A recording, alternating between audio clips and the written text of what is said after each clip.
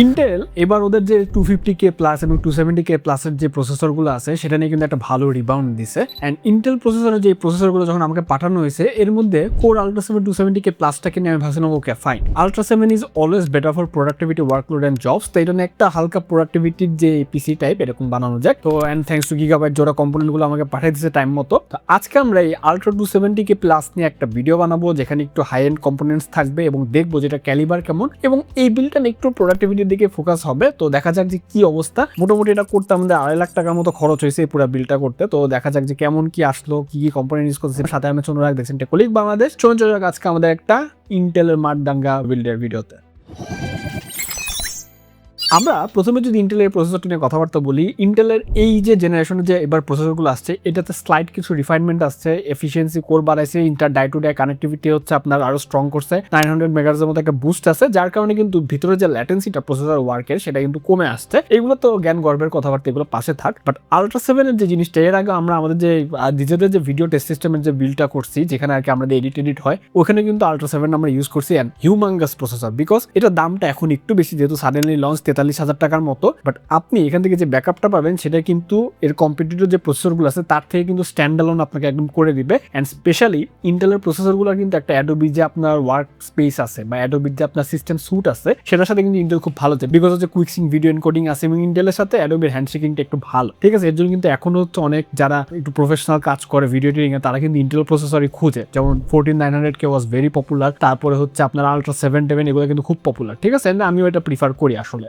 এটাকে কমপ্লিমেন্ট করার জন্য যে মাদারবোর্ডটা নিয়েছি সেটা হচ্ছে গিগাবাইটের Z890UD Wi-Fi 6C which is a ATX motherboard. It should have been Wi-Fi 7, but তারপরও 33,000 টাকার এই মাদারবোর্ডটা কিন্তু ATX হিসেবে বেশ ভালো। 15 ফেজে VRM 12+2+1 হিসেবে আসতেছে এবং এটা কিন্তু আপনি স্পোর্টস এর কোনো অভাব পাবেন না। মোটামুটি 4টা RAM স্লট, 3টে SSD slot which is 1 Gen 5। তো সব দিক দিয়ে কিন্তু খুবই ফুলফিলড আপ, একদম লেটেস্ট জেনারেশন আপনার ওয়াইফাই এবং ব্লুটুথ পাচ্ছেন। জাস্ট Wi-Fi 7টা হলে ভালো হতো। অ্যান্ড 270K প্লাস, কে এর পরে plus, so this processor has much overclock potential, যার কারণে কিন্তু আপনারা মোটামুটি এটাকে ভালো টিউন করে আপনার মতো বুস্ট করে বের করে নিয়ে আসতে পারবেন। তখনই কিন্তু ভিআরএম এর খেলাটা বের হয়ে আসে এবং ইন্টেল কিন্তু always has been a VRM sensitive platform. দেখা যেত যে আচ্ছা মোটামুটি প্রসেসরগুলো ভিআরএম এ বেশ প্রেসার দিত, তার জন্য এটা একটা বেশ সলিড বোর্ড। যদিও ইন্টেলের বোর্ড আপনার হচ্ছে অনেক নিয়ে চিন্তা করে যে আচ্ছা দামটা একটু কম হলে ভালো হতো, বাট কি আর করে, this is the reality. And RAM হিসেবে আমরা যেটা নিছি সেটা হচ্ছে খুবই বিখ্যাত কিংস্টনের ফিউরি CL30 6000 মেগার 16GB DDR5 এর র্যামটা। র্যামের প্রাইস কিন্তু একটু হালকা সুবাতাস দিচ্ছে। এই ভিডিওতে আমি র্যামটা মোটামুটি 23-24 হাজার টাকার মধ্যে ম্যানেজ করতে পারছি, which is still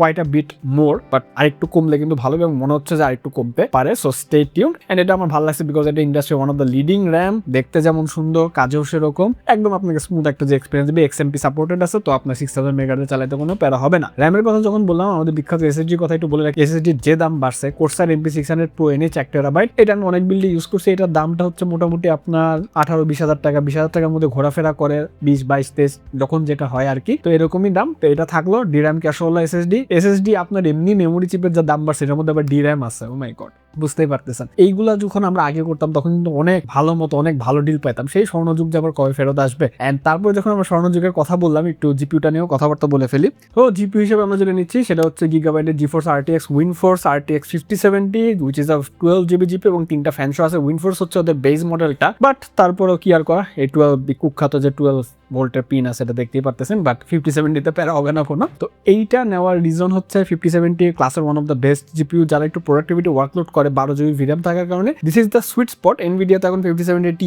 16GB যে জিপিউ গুলো আছে, সুপারের কথা বাদ দিলাম, 16GB জিপিউ গুলো থেকে হাত মোটামুটি ধুয়ে ফেলতেছে। অ্যান্ড যারা হচ্ছে একটু এক্সট্রিম এডিটিং করেন, যারা একটু বেশি টাইমলাইনে কাজ করেন বা ফিউশনে, দাভিঞ্চি ফিউশনে অথবা আফটার ইফেক্টসে একটু বেশি এটেনে কাজ করেন, তাদের কিন্তু ভিরামটা আসলে দরকারই হয়। তো 16GB ভিরাম is always the sweet spot, but 12GB দিয়ে আপাতত কাজ চালাইতে হবে। তো থাকলো আমাদের 5070 1,07,000 মতো দাম পড়বে। এরপরে আমরা একটু পাওয়ার সাপ্লাইটা নিয়ে কথাবার্তা বলি। পাওয়ার সাপ্লাই হিসেবে আমরা যেটা নিচ্ছি গিগাবাইটের P750BS এই পাওয়ার সাপ্লাইটা। I don't know what BS stands for, but okay, OVP, OPP, SCP, UVP, OCP, OTP সব রকমের প্রোটেকশন আছে, which is good. গিগাবাইট কিন্তু আমি যেমনটা বলতেছিলাম, ওরা কিন্তু আগে পাওয়ার সাপ্লাই নিয়ে একটা ব্যাকল্যাশ খাইতো কয়েক বছর আগে। তারপর ওরা হচ্ছে একদম যে ম্যানুফ্যাকচারিং যে প্রসেস ওটাই একদম চেঞ্জ করে ফেলে, যেখান থেকে মানে খুবই সফিস্টিকেটেড প্লেস। তো এখন পাওয়ার সাপ্লাই একটু ভালো করতেছে, দামটাও কম্পিটিটিভ আছে। এটার দাম মনে 7,500 থেকে 7,800 টাকার মতো পড়বে। সমস্ত রেলে কত পাওয়ার আউটপুট দেওয়া হয় সবকিছু দেওয়াটা আছে এখানে, আপনার হচ্ছে পিন সহ পেয়ে যাবেন, কোনো রকম প্যারা নাই। তো এটা হচ্ছে 750 ওয়াট টোটাল দিচ্ছে, অ্যাক্টিভ PFC কারেকশন আছে। তো ডেফিনেটলি পাওয়ার পাওয়ার ফ্যাক্টর কারেকশন যেহেতু থাকতেছে তার মানে আপনি হারমোনিকটা কম পাবেন, ভালো, এবং ওয়ারেন্টিও আছে, কিছু হলে তো আমি আসি প্যারা নেই। এটা ছিল মোটামুটি আমাদের পাওয়ার সাপ্লাই। এখন লাস্টে আমাদের যেটা একটু দেখতে হবে প্রসেসরটা, মাথা ঠান্ডা রাখতে হবে। তো তার জন্য গিগাবাইট আমাদেরকে ওদের ইন হাউস কুলার পাঠিয়ে দিছে, উইচ ইজ